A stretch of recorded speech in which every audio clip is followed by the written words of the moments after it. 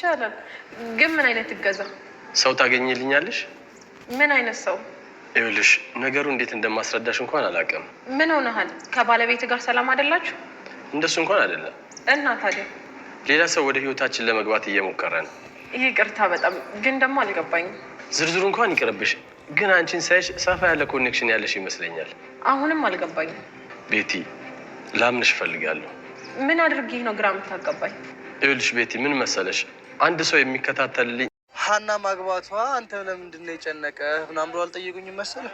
ግን እኮ እውነታቸው ነው። ምኑ ነው እውነታው? ቆይ ግን አንተ ለምንድን ነው የደበረህ? አንተ ልጅ ስታስበው እንዴት ነው ሀኒቿ አግብታን የማይደብረኝ? እንዴት ነው የሚደብርህ? ሀና እኮ ያንተ አይደለችም። የኔ ባትሆንም ግን ማግባቷ በጣም ነው የሚደብረው። እና አንተን እንዳይከፋ ብላ ተገትራ ትቅርልህ? ምን ችግር አለው? ሙድ ትይዛለህ። እኔ ብቻ አላውቅም ለምን እንደዛ እንደሆነ ብቻ ምንም እየገባኝ አይደለም። ግን እኔ በሀና ተስፋ መቁረጥ አልፈልግም። ጆሮ ስሜትን እኮ እረዳዋለሁ። ግን ደግሞ ያንተ ባልሆነ ነገር ላይ ጊዜ ማባከኑ ትክክል መስሎ አይታየኝም። ልክ ስላልሆነ ማስቆም የምችል ይመስላል። ይኸው ልጁ አንተ መሞከር አለብህ። እንዴት አድርጌ? እንዴትም ይሁን ብቻ ግን ሀናን ለመተው መሞከር አለብህ። አልችልም። ትችላለህ ጆሮ፣ በደንብ ነው የምችለው እኮ። እንዴት አድርጌ ንገረኛ። ቆይ ስታስበው እኔ እርግብን የምረሳት ይመስል ነበር እና ግን አሁን ረስቻታለሁ። ሌላ ታሪክ ውስጥ ገብቻለሁ። ተምቹ እናንተ አትበሉም እንዴ? እዚህ በላን አይደል? ረዲ አንተ ማን ጠየቀ? እና ማንን? እኔ ያልኩት ሀንዬና አሴርን ነው። እነሱም ቢሆኑ እየበሉ ነው። እስኪ አንተ ዝም በል። እኔ ምን ቤት ነኝ ዝም የምለው? እነሱ ዝም ካሉ አይበቃም እንዴ? እንዲህ ነኝ እና ነው ላይ ሰውዬ ዝም በል አልኩህ እኮ። ይመጆት ፋየው፣ ቡሌውን አይከልክሉኝ እንጂ ወሬዋን እንኳን ችግር የለውም ላሽላታለሁ። ምን ይላል? ይልቅ ሀንዬ በደንብ ቢው እንጂ ምንድን ነው? እየበላሁኝ እኮ ነው አባዬ። ምን ትበያለሽ? አንተም ብትሆን ብላ አሴር። እየበላሁ አይደል እንዴ ፋዘሪ? እንዲህ ነበር አሁን ያንተ አበላል። አላውቀውም። ምናልባት ምግቡ አልጣፈጠ ይሆናል። አረ ይጣፍጣል። እኔ የምላችሁ ልጆች። አቤት ፋየው። ውይ ኧረ አንተን ማጠራህ። እስቲ ዝም በል። ምን ነው አባዬ? ለብቻችሁ ጠየቅኳችሁ። እስቲ ደግሞ አንድ ላይ ልጠይቃችሁ። ምንድን ነው? እንደው ለመሆኑ ምንድን ነው የሆናችሁት? በጣም ጥሩ ጥያቄ። እኔም ብቻዬን ቁም ስቅሌን ከሚያሳዩኝ ይሄው ፊት ለፊት ያገናኟቸውና ይጠይቋቸው። አረ በፈጠረህ እንደው ምላስን ይበላል እንዲህ እንዲሁ ቁጭ በል እኮ አልኩ። ትንሽ ትንሽ ይኸውልህ እምቢ ካልክ እንግዲህ በሆነ ነገር መክሊት ሀኒቾን በጩቤ ወጋቻት። እንግዲህ አባባ ኖላዊ ባሉበት ማለት ነው። ዘው ብላ ቤት ውስጥ ገብታ ለምን ከዚህ በፊት ነግራት ነበር፣ ጆሮውን ካልተውሽ እወጋሻለሁ ብላት ነበር። እናም እንግዲህ ቤት ድረስ ሄዳ በጩቤ ወግታታለች። አባባ ኖላዊ ለማያዝ ሞክረው ነበር። ነገር ግን አባዬ ድረስልኝ ድረስልኝ እያለች ስትለው ጥለዋት እንግዲህ እሷን ሀኒቿን ይዘዋል ማለት ነው። እያጣጣረች ትገኛለች ሀኒቾ። በእርግጥ መክሊት በጣም አበዛቸው። ምክንያቱም እሱ ራሱ ፈልግ አይደለም መጀመሪያ የወደዳት፣ እሱም ፈልጎ አይደለም። ከወደዳት ዘንድ እሱ ራሱ ችግሩን ሊፈታ ይገባል እንጂ እሷ በመሀል ገብታ እሷን ችግር ውስጥ ከታ ራሷንም ችግር ውስጥ መግባት የለባትም። በሌላ በኩል አቶ መስፍን ተገናኝቶ ነበር እንግዲህ ከአቶ በቃሉ ጋር ተገናኝቶ ባለበት ቁጭ እንዳለ ሳያስበው መጥቶ አስደንግጦታል። እናም እየተከታተለው እንደሆነ እንደደረሰበት ነገረው። ለማስተባበል ሞከረ።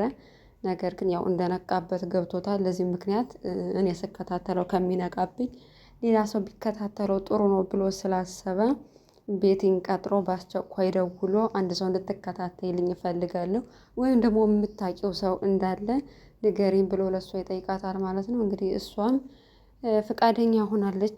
እኔ እንደ አይነት ራሴን ችግር ውስጥ የሚከት ነገር መግባት አልፈልግም ብትልም ነገር ግን የራሷ ስራ እንደሆነ ስለምታቀሽ ብላለች ማለት ነው። እና አቶ መስፍኔም የቤቴን ሴራ ሳያቅ እንግዲህ በእጇ ወድቋል። እሷ ለአቶ በቃሉ እንደምትሰራ ምንም መረጃው የለውም። ስለዚህ የገዛ ሳላዩን እንደገና አቶ በቃሉ ሰላይ አድርጎ ሊቀጥር ነው። በዚህም እንግዲህ እሷ ቤት የራሷን ስራ ትሰራለች ማለት ነው። ይህም ጉዳይ ከአቶ በቃሉ ጋር እንደሚገናኝ ስለገባት ቀጥታ ደውላ ይሄማ የእሱ ጉዳይ ነው ብላ እንግዲህ ነግረዋታል። ሁለታቸውም ተስማምተው እንግዲህ በገዛ ራሱ ችግር ውስጥ ሊገባ ነው ማለት ነው። በጣም ነው የሚያሳዝነው ማለት ነው። በጣም ስላመናትና ታግዘኛለች ብሎ ስላሰበ ነው። እሷም ለምንድን ነው ባለፈው ስደውልልህ ያላነሳኸው? በማታ ከአንዴም ሁለቴ ተደጋግሜ እየደወልኩልህ ስትለው እኔ ከዚህ በኋላ ከሜላት ጋር ታርቄያለሁ፣ ስለዚህ ማታ አትደውይ፣ ከአንቺ ጋር ሌላ ነገር ያለን እየመሰላት ነው አላት። እሷም ደነገጠች በመታረቃቸው። ቆይ ባለቤት ግን ጤነኛ ናት ብላ ስትለው ቆይ ባለቤት ለእኔ እያማሽልኝ ነው እንዴ? ከዚህ በኋላ ከእሷ ጋር ታርቄያለሁ። እኔና እሷ እንዴት እንደተጣላንም እንዴት እንደታለ እንኳን አይደለም ሌላ ሰው እኛ ራሱ አይገባንም። ስለዚህ በሁለታችን መሀል ጣልቃ አትግቢ ብሏታል ማለት ነው። ቤትም ተናዳለች። ያው አንደኛው የነሱ ሴራ ሁለታቸውንም ማለያየት ነበር፣ ግን አልተሳካላቸውም ማለት ነው። አባባ ኖላዊም የሁለታቸውን ጉዳይ ሁለታቸውን ቁጭ አድርገው ለማነጋገር ሞክረዋል፣ ሀኒን እና ጆሮ ማለት ነው። እናም እሱ ምግብ እየበላ አልነበረም፣ ሀኒቾም ፈዛ ነበር። ሁለታችሁ ምን ሆናችሁ ነው? ችግራችሁን ንገሩኝ፣ ምንድነው ችግራችሁ ቢላቸውም በቀኛ ደህና ነን ብሎ መጨረሻ ላይ እንግዲህ ምግቡን አቋርጦ ወጥቶ ሄዷል ማለት ነው ጆሮ። እናም ወጥቶ ሄዶ በሰፈር ቁጭ ብሎ እያለ ወንድሟ መጥቶ በቃ ሀኒቾን ተውልኝ፣ በቃ አትረብሻት፣ ከህይወቷ ውጣ፣ እኔ ሲጀመር እኮ ከህይወቷ ገብቼ አላውቅም ቢሉ ምንም ቢሆን አንተ ሀኒቾ በአንተ በማሰብ እየተጨነቀች እና እያሰበች ትገኛለች። ስለዚህ በቃ ተዋት፣ አንተ የራስክን ህይወት ኑር ምናምን ብሎ እንግዲህ እሱም እንደ ወንድምነቱ እየተጎዳች እንደሆነ ስለገባው ሊመክረው ሞክሯል ማለት ነው። በሌላ በኩልም ጆሮም ያው ተዋትና በቃ ጊዜን ለአንተ በማይሆን ሰው ላይ ጊዜን አታባክን፣ ደግሞም ያንተ መቼም ካልሆነች ደግሞ ማግባቷ ግድ ነው አይቀርም፣ ቁም አትቀርም ቢላት በቃ ባታገባ ይሻለኛል፣ እንደዚህ ሆኜ እኔ ራሴ ፈልጌው አይደለም ይህ ነገር ውስጥ ነገር ግን መቋቋም አልችልም እያለ ነው።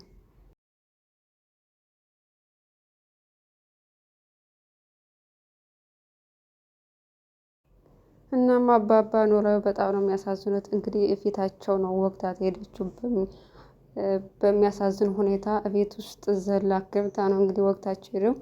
መክሊት እንግዲህ እርግጠኛ ነኝ በጣም ነው የሚናደድባት። እንኳን አይደለም ወቅታት ሀናን ይቅርና ጮህ ብላ ብታያት ራሱ በጣም ነው የሚናደድባት። እንግዲህ ሀኒቾም ወደ ሆስፒታል ሄዳ ትድናለች ብለን ተስፋ እናደርጋለን። አባባ ኖላዊ ጭራሽ የልጃቸውን ሰርግ ሲጠብቁ አዲስ ነገር ሲጠብቁ ልጃቸው ታማኝ ሆስፒታል ልትገባ ነው በሚያሳዝን ሁኔታ።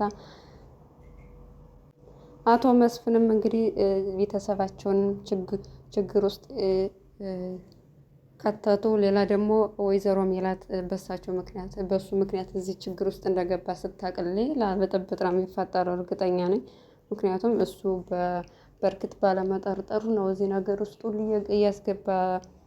እያስገባት ያለው ወይዘሮ ሜላት ስትሰራ ሁሉም ጥንቃቄ በተሞላበት ሁኔታ ነው የምትሰራው። አቶ መስፍን ግን ሁሉም የሚሰራቸው ነገሮች ሁሉ ስህተት በስተት ናቸው። ለዚህም ነው ከእሷ ጋር ራሱ በብዛት የሚጋጩት ማለት ነው። እና አቶ በቃሉ እንግዲህ እየሄደበት ያለው ርቀት ከፍተኛ ነው። አሁን ሌላ የድርጅቶች ውስጥ የሚገቡትንም ሰዎች እየፈለጉ ይገኛሉ። ምክንያቱም እዛ እነሱ ድርጅት ውስጥ አስገብተው የራሳቸውን ስራ ሊያሰሯቸው ነው ማለት ነው። እና ከሚበቃ ችግሩን እኔ አብሬ እፈታዋለሁ ብሎ ነበር ሜላት ይቅርታ አድርጋለት የገባች። ነገር ግን ከመፍታት ይልቅ የበለጠ እያባባሰው ነው አቶ መስፍን። እና የዚህ ነገር ውስጥ ደግሞ ውስብስብ ሜላት እሱ እንዝላልነት እንደሆነ ካወቀ ቃለቀለት የመጨረሻ ነው የሚያልቅለት።